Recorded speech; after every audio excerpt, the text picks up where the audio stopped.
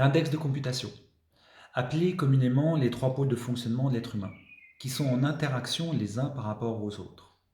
Vous avez une réponse qui est émotionnelle, les émotions, nous sommes des êtres d'émotion, motion, mouvement. Il y a les émotions que vous voulez dans votre vie et celles que vous ne voulez plus dans votre vie. Elles vous permettent d'être un moteur et vous déclenchent des actions. Quand vous vous plaisez dans un métier, eh bien, vous allez déclencher tout un tas de comportements qui seront associés. Par contre, quand vous vous ennuyez, vous allez avoir d'autres comportements qui seront peut-être un comportement physiologique, avoir des douleurs qui vont se manifester, l'irritabilité. Cela peut déclencher aussi un sentiment de frustration ou toute autre chose qui serait de l'ordre de vos process internes, notre manière de penser. Quand vous êtes heureux dans votre vie, vous allez déclencher tout un tas de choses dans votre cerveau qui vont vous permettre de voir la vie, d'avoir des pensées qui sont positives et vous orienter vers des solutions.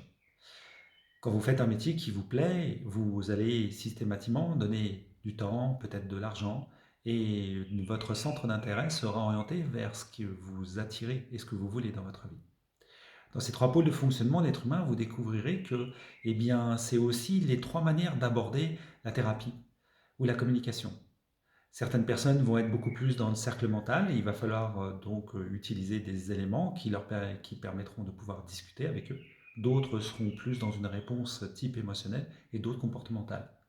Et donc, beaucoup de thérapies, beaucoup d'orientations, solutions, ou même ne serait-ce que de coaching ou de préparation mentale, sont en fonction de ces pôles de fonctionnement.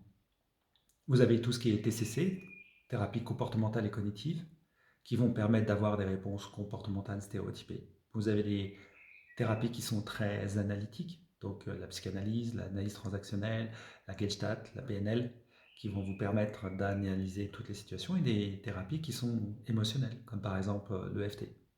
Dans chaque orientation, eh bien, sachez que l'être humain va avoir ces trois clés, et qui sont en interaction l'une par rapport à une autre.